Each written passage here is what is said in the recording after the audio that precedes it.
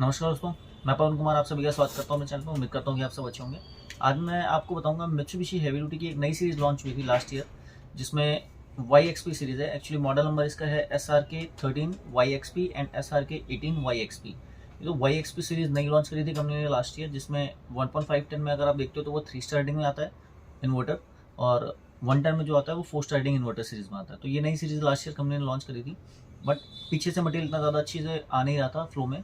तो अभी मटेरियल काफ़ी अच्छा फ्लो में आ रहा है। तो अभी मटेरियल फिलहाल ऑलमोस्ट मेरे ख्याल से सारे डीलर्स के पास अवेलेबल भी होगा। तो इसका मैं 1 टन में काफ़ी टाइम से वीडियो बनाया भी नहीं था मैंने, तो मैंने सोचा एक 1 टन के ऊपर वीडियो बनाया जाए, जो कि आपको पूरा डिटेलिंग में बताऊँ आपको। इस सीरीज़ के अंदर जो मॉडल आता है 1 टन 4 स्टार रेटिंग, ये पूरा वीडियो उसी के ऊपर है। मैं आपको अनबॉक्सिंग करके दिखाऊंगा, पूरा डिटेल बताऊंगा आपको कि इस मॉडल के अंदर क्या क्या फीचर, क्या क्या स्पेसिफिकेशन, अनबॉक्सिंग करके दिखाऊंगा क्या क्या आपको यूनिट में मिलता है, कैसे यूनिट देखने को मिलता है। तो आइए वीडियो को स्टार्ट करते हैं, चलते हैं। और अगर आपने मेरे चैनल अभी तक सब्सक्राइब नहीं करा तो चैनल को सब्सक्राइब जरूर कर लें, ताकि इसी तरह की वीडियो आगे भी मिलते रहे आपको। तो इसका जो मॉडल नंबर है SRK13 YXP, SRK13 YXP model number है इसका, जो कि 1 ton 4 star rating inverter series में आता है। और इस मॉडल के अंदर जो फीचर हमें देखने को मिलते हैं, सबसे जो अच्छा फीचर है वो तो जेट फ्लो है, वो आपको इस मॉडल में देखने को मिलता है। जेट फ्लो है इस मॉडल में, 1 टन में भी है, 1.5 टन में भी, दोनों मॉडल्स में आपको जेट फ्लो देखने को मिलेगा। बट एक ड्रॉबैक ये है कि इसमें 3D एयर फ्लो नहीं है। 3D एयर फ्लो मतलब वर्टिकल हॉरिजॉन्टल आप जैसे स्विंग कर सकते थे, इसमें वो आप नहीं कर सकते। इसमें सिर्फ 2D एयर फ्लो है, तो सिर्फ आप वर्टिकल इसको यूज़ कर सकते हो। लेकिन जेट फ्लो होने की वजह से मेरे को लगता है कि रूम जल्दी कवर कर लेगा ये। बाकी इसके अलावा इसमें पैम इन्वर्टर टेक्नोलॉजी या वेक्टर इन्वर्टर टेक्नोलॉजी जैसे आप यूज़ करा हुआ है। इसमें बहुत कम आरपीएम पे इन्वर्टर AC चलेगा, जिससे आपका इलेक्ट्रिसिटी कंजप्शन जो होगा वो बहुत ज़्यादा कम हो जाता है। और इसमें भी आपको सेम एक्सपेंशन वॉल देखने को मिलता है, जो कि बाकी मॉडल्स में इनके जैसे बाकी 2 टन में जो मॉडल में एक्सपेंशन वॉल आता है, जो कि बहुत अच्छा एडवांटेज है। एक्सपेंशन वॉल से इलेक्ट्रिसिटी काफ़ी हद तक सेव होती है और बहुत बढ़िया परफॉर्मेंस रहती है कंप्रेसर की भी एक्सपेंशन वॉल से। वो मोस्टली कंपनी यूज़ नहीं करती है ज़्यादा, लेकिन इस मित्सुबिशी के ऑलमोस्ट सारे इन्वर्टर में आता है। तो ये बहुत अच्छी चीज़ है, इन्होंने इस मॉडल में भी एक्सपेंशन वॉल यूज़ करा हुआ है। और अगर एक्सपेंशन वॉल को छोड़ दें, मशीन की BTU की बात करें तो इसमें 12,420 BTU मिनिमम है, और मैक्सिमम 15,000 BTU तक ये जाता है। बिकॉज देखो, इन्वर्टर AC में हर कंपनी जो लिख के देती है ना, मिनिमम से मैक्सिमम तक लिख के देती है। तो उसमें आपको कंफ्यूज नहीं होना कि आप मतलब आप ये चलो, जो कंपनी लिख के दे रही है ना, जितना जो 100% कैपेसिटी पे है वो एक्चुअल आप मान के चलो। बाकी कैपेसिटी अगर ज़्यादा की नीड होती है तो जितने मान लो 1.5 टन का AC है तो 1.6 टन तक चलता है, 1 टन का AC है तो 1.05 या 1.1 टन तक चलता है। तो ये हर कंपनी का कॉन्सेप्ट ऐसा है, हर कंपनी ना इसी तरीके से लेके देती है। अगर आप कूलिंग कैपेसिटी भी देखोगे तो मिनिमम भी लिखा होता है, मैक्सिमम भी लिखा होता है। वाटेज देखोगे मिनिमम भी लिखा होता है, मैक्सिमम लिखा होता है। हर कंपनी, किसी भी कंपनी का आप कैटलॉग उठा लो, सब में सेम ये चीज़ लिखी होती है, मिनिमम एम्पेयर मैक्सिमम एम्पेयर, ये हर कंपनी लिख के देती है। तो ये कोई नया चीज़ नहीं है, ये पहले भी कंपनियां लिख के देती है, अभी भी लिख के देती है। चाहे आप पुराने 4-5 साल पुरानी कैटलॉग निकाल लो, उसमें भी आपको ये चीज़ें मिल जाएगी। ये मशीन की कूलिंग कैपेसिटी की बात करें तो 3640 कूलिंग कैपेसिटी आती है, 3640 इसमें कूलिंग कैपेसिटी आती है, जो कि मैक्सिमम 4400 तक जाती है। और अगर इसकी एम्पेयर की बात करें तो 0.7 एम्पेयर से 5 एम्पेयर तक इसकी मशीन की एम्पेयर जाते हैं। और इसमें आपको सेम वही feature, powerful mode, economy mode, ये भी देखने को मिलता है आपको। R32 इको फ्रेंडली गैस देखने को मिलती है। और अब कंपनी ने क्या करा ना कि इन्होंने अपनी कॉयलों को, मतलब कितने रो की कॉयलें दे रहे हैं, जैसे इसमें भी डबल रो की कॉयल है, और ये आपको कहीं ढूंढने की जरूरत नहीं पड़ेगी, या किसी की अनबॉक्सिंग देखने की जरूरत भी नहीं पड़ेगी आपको, बल्कि ये तो आपको अब कैटलॉग पे लिखा हुआ मिल जाएगा। ये कैटलॉग पे कंपनी अब लिख के दे रही है कि उनका कंडेंसर का रो कितने रो में है कंडेंसर, तो ये चीज़ अब कंपनी कैटलॉग पे भी लिख के दे रही है। तो ज़्यादा कन्वीनियंस हो जाता है, तो फिर ज़्यादा कन्वीनियंट हो जाता है कस्टमर को थोड़ा सर्च करने में। बिकॉज कैटलॉग ऐसी चीज़ है जो कि आप कभी भी ऐसी परचेस करोगे या कोई भी सामान परचेस करते हो तो उसका लीफलेट एक बार जरूर देखते हो। तो अगर कंपनी वहीं पे सारी डिटेल अपनी लिख के दे रही है तो वो ज़्यादा बेटर है, थोड़ा समझने में भी आसानी रहता है। तो ये सारी चीज़ें हैं इस मशीन के साथ। बाकी आगे मैं अनबॉक्सिंग में आपको और डिटेल में दिखाऊंगा कि मशीन कैसी है। और बात करें, अगर बहुत सारे मैसेज आते हैं कि सर्विस मिलेगी कि नहीं मिलेगी, देखो अगर आप दिल्ली NCR में रहते हो तो यहाँ सर्विस का कोई दिक्कत नहीं है। जितने भी मेट्रो सिटीज़ है ना, यहाँ सर्विस का कोई दिक्कत नहीं है, बशर्ते आप ऑथराइज बंदे से परचेस करो और ऑथराइज कंपनी से इंस्टॉलेशन करवाओ। अगर कोई भी डाउट है तो कंपनी के हेल्पलाइन नंबर पे फोन कर सकते हो, 1800-102-0055, ये हेल्पलाइन नंबर है कंपनी का। आप यहाँ से फोन करो, यहाँ से कंसल्ट कर लो कि कहाँ पे इनका, आपके घर के आसपास इनका कोई सर्विस सेंटर है, कोई सर्विस नेटवर्क है, तब आप परचेज करो। बिकॉज अगर सर्विस नेटवर्क मान लो यहाँ से 500 किलोमीटर दूर रहेगा तो वहाँ से तो सर्विस पता नहीं देगा भी नहीं देगा, और आपने अगर उससे नहीं परचेस करा तो हो सकता है ना भी दे। तो इट्स बेटर कि आप पहले कंफर्म कर लो कि आपके घर के आसपास अगर इसका कोई सर्विस फ्रेंचाइजी है तो ही आप इस मशीन को कंसिडर करो, अदरवाइज कंसिडर मत करो। बिकॉज इतनी महंगी मशीन लेने के बाद भी आगे सर्विस में दिक्कत आए तो कोई फायदा नहीं उस चीज़ का। तो चलते हैं अनबॉक्सिंग की तरफ, देखते हैं वहाँ पे क्या क्या मिलता है। एक चीज़ मैं ऐड करना चाहूँगा इसमें, एक्चुअली 2-3 लोगों के मेरे पास कमेंट्स भी आए थ्रू यूट्यूब कमेंट्स, और मेरे को व्हाट्सअप भी आया मैसेज। वो पूछते हैं कि जो आउटडोर पे स्टिकर लगा हुआ है उसमें कूलिंग कैपेसिटी मान लीजिए 5800 है, और अंदर जो कूलिंग कैपेसिटी लिखा हुआ है वो 5600 कूलिंग कैपेसिटी है, तो ये फ़र्क क्यों है? तो मैं आपको बताता हूँ ये फ़र्क क्यों है। ये जो मशीन है, जो मित्सुबिशी जितनी भी मशीनें बना रहा है, वो सारी मशीनें इंडिया में इम्पोर्टेड आ रही है, और सेम यही मशीन जैसे वहाँ से यहाँ इंपोर्ट हो रही है, ऐसी और भी कंट्रीज़ में इंपोर्टेड हो रही है मशीन, सेम यही मशीन। तो हर कंट्री का अपना अपना एक पैरामीटर है। तो जो हम कंसिडर करेंगे वो जो BEE का जो वेबसाइट है, वहाँ पे जाके आप चेक कर सकते हो, वहाँ पे कूलिंग कैपेसिटी, ISER सारी चीज़ें वहाँ पे लिखी होती है। तो हमें जो कंसिडर करना है, हमें उस स्टिकर को कंसिडर करना है, ना कि हम यूनिट के ऊपर क्या लिखा हुआ है, क्योंकि यूनिट के ऊपर लिखा रहेगा वो सारी जैसे मान लीजिए अगर मैं वही same machine company gulf country भेज रही है, नॉर्मली मित्सुबिशी की जितनी मशीन आती है थ्रू गल्फ कंट्री आती है, तो गल्फ कंट्री में जैसे भेज रहे हैं तो वहाँ का टेम्परेचर ज़्यादा है। अब टेम्परेचर वहाँ पे ज़्यादा है तो ऑब्वियसली कि उसमें कूलिंग कैपेसिटी कम हो जाएगी, इसलिए वहाँ पे के हिसाब से 5600 कूलिंग कैपेसिटी आएगी। अगर यही मशीन मैं यूरोपियन कंट्री में भेजूंगा जहाँ पे वेदर ठंडा रहता है मोस्टली, तो वहाँ पे इसकी कूलिंग कैपेसिटी 5800 से और ज़्यादा बढ़ जाएगी।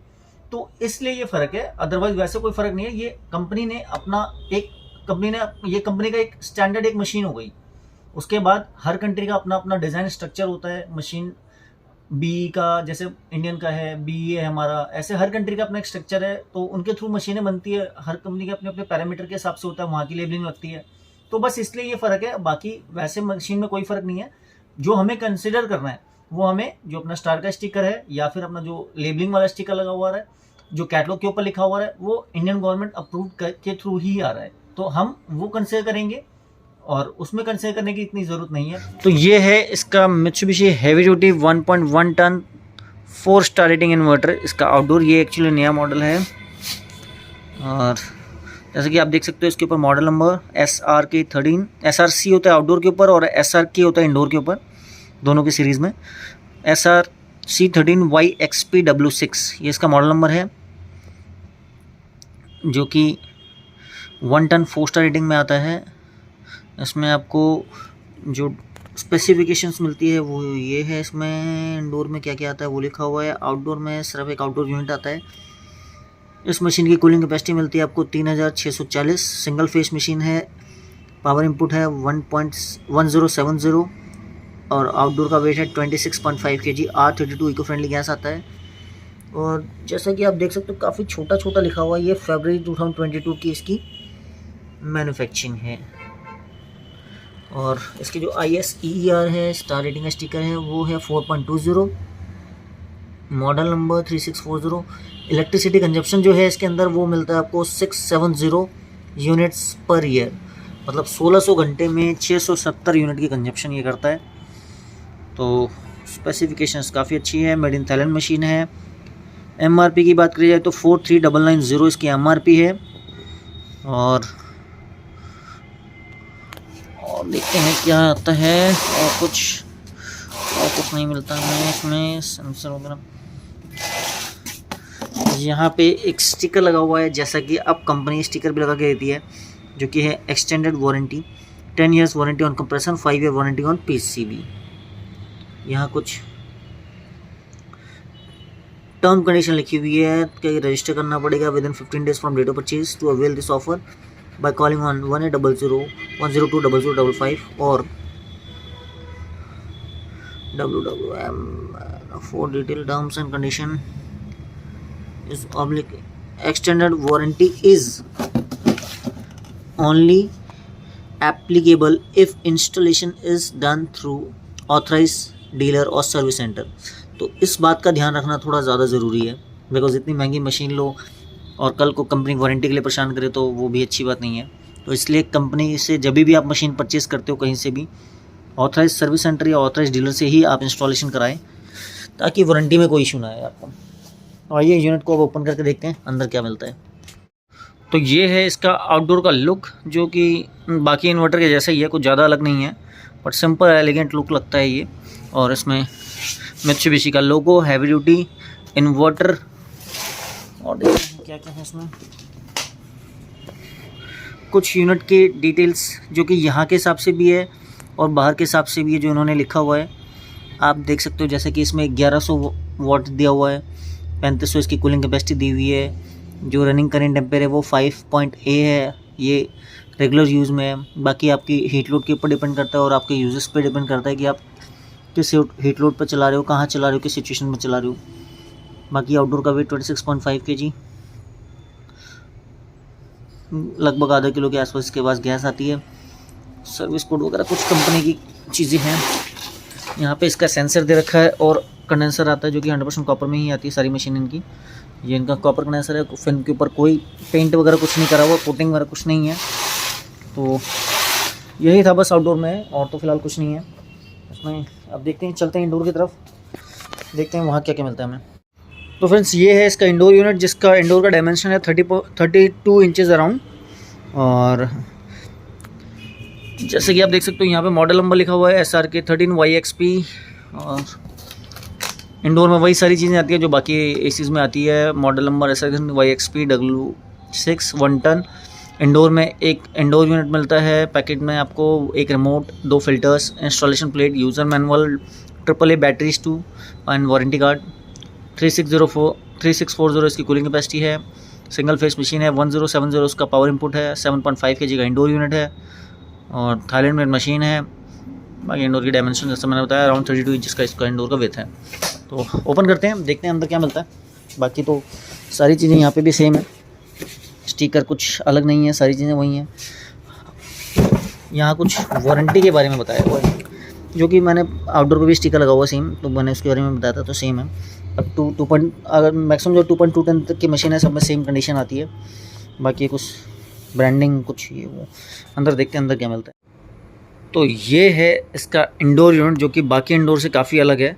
बाकी इंडोर में जैसे डबल फ्लैप आता है, इसमें सिंगल फ्लैप आता है क्योंकि 1 टन है, तो खैर इसलिए। बाकी यूनिट का डिज़ाइन सीरियसली बहुत ज़्यादा प्यारा है, काफ़ी अच्छी लुक है। और जैसा कि आप देख सकते हो यहाँ पे भी हैवी ड्यूटी की ब्रांडिंग, जेट फ्लो, इन्वर्टर, और यहाँ पे कुछ पीसीबी के लिए शायद वेंट दे रखा है ताकि जल्दी हीट अप ना। वैसे अगर आप इंडोर की लुक देखी जाए तो सीरियसली बहुत अच्छी लुक है। इसमें जो रिमोट हैंडसेट मिलता है वो आपको जैसे बाकी मशीनें हैं सेम उसी तरीके का रिमोट हैंडसेट देखने को मिलता है। तो कोई चेंजेस नहीं है इनके रिमोट हैंडसेट में भी, तो कोई चेंजेस नहीं है रिमोट हैंडसेट में। आपको वही स्पीड का mode, fan speed mode, high power, ये सारी फीचर्स मिलते हैं आपको इसके रिमोट में। जैसा पहले था वैसे कोई चेंजेस नहीं है इसमें। इको मोड भी है, पावर मोड भी है, तो जैसे भी आपको जो भी आपका सूटेबल मोड है वो आप उसमें रिटर्न कर सकते हो। तो यही था इंडोर और आउटडोर में। ओवरऑल जो मशीन की बिल्ड क्वालिटी है वो तो एज इट इज़ मित्सुबिशी है, तो कोई डाउट ही नहीं है कि अच्छी क्वालिटी नहीं होगी। काफ़ी अच्छी क्वालिटी में है मशीन। इंडोर का लुक काफ़ी चेंज करा कंपनी ने पिछले बार से, तो अच्छी मशीन है ओवरऑल। और ये नया मॉडल है 1 टन 4 स्टार रेटिंग के अंदर इन्वर्टर सीरीज़ में। तो आई होप आप सभी को मेरा वीडियो अच्छा लगा होगा। तो प्लीज़ चैनल को सब्सक्राइब जरूर कर दें, लाइक करें, वीडियो को शेयर जरूर करें और बने रहें मेरे चैनल पे आगे इसी तरीके की नई नई वीडियो के लिए। Thank you so much.